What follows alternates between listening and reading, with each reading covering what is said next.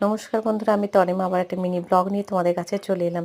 আজ ভোরবেলা থেকে উঠে এই রুটিনটা শেয়ার করব। ওদিকে তো ভাত তো বসিয়েই দিয়েছি, এদিকে আটা মাখবো রেডি করেছি।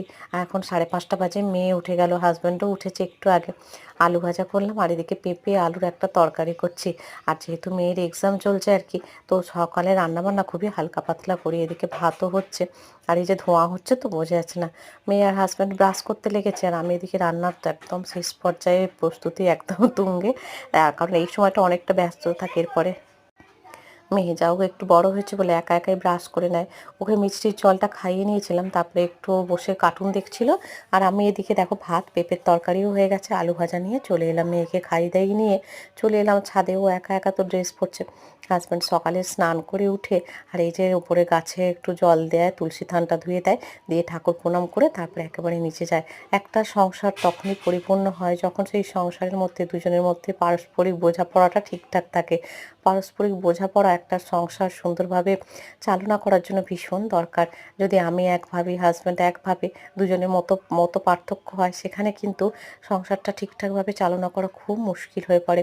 হ্যাঁ, মতের পার্থক্য তো থাকবেই, সব কিছুতে দিয়ে একই রকম মতামত হবে তা তো নয়, কিন্তু তার মধ্যে একটা সুন্দর বোঝাপড়াও থাকা দরকার। আর এই যে একটা সংসার যেমন সুন্দরভাবে পরিচালিত হয় দুজনের বোঝাপড়ার মধ্যে, তেমনি একটা সংসারে যে সদস্যরা থাকে তাদেরও মন মানসিকতা ভালো রাখার জন্য ছাদ বাগানের এই টুকরো টুকরো গাছগুলো আর ছোট্ট ছোট্ট ফুল পাতা, এগুলোই আমার মনকে ভীষণ ভালো করে দেয় জানো। আর কাজের যে একঘেয়েমিতা সেটা কিন্তু দূর করে এই আমার ছাদ বাগান। মেয়ে দেখে জামা প্যান্টগুলো পরে টরে নিল একা একাই। জামা প্যান্ট পরা হয়ে যাওয়ার পর ওকে এই চুলটা বেঁধে দিচ্ছে, আর ওদিকে হাজব্যান্ডের খাবার দাবার সব কিছু রেডি করে নিয়েছি। কারণ এইগুলো তো সকালে আমাকে করে দিতেই হয়, সারাদিনের খাবার দাবার একদম সেই রাতে এসে বাড়িতে থাকবে। সকালের টিফিন, দুপুরের লাঞ্চ বক্স সমস্ত কিছু আমি রেডি করে দিই। মেয়েকে একটু ভাত তো খাইয়ে দিয়েছি, আর ও আজকে কিছু টিফিন দেবো না। এইভাবেই চলে মেয়ের সকালের প্রস্তুতি।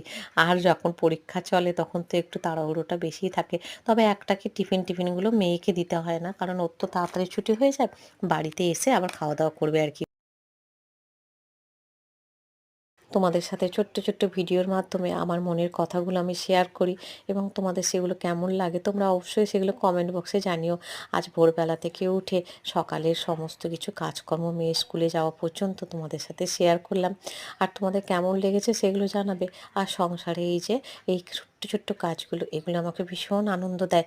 ওই জন্য না আমার কিছু কিছু মানুষরা বলেন যে যে কাজটা করবে, তুমি যদি ঘরের সংসারের কাজটাই করো সেটা এমনভাবে করবে যেন ওই রকম সুন্দর কাজ কেউ করতে না পারে।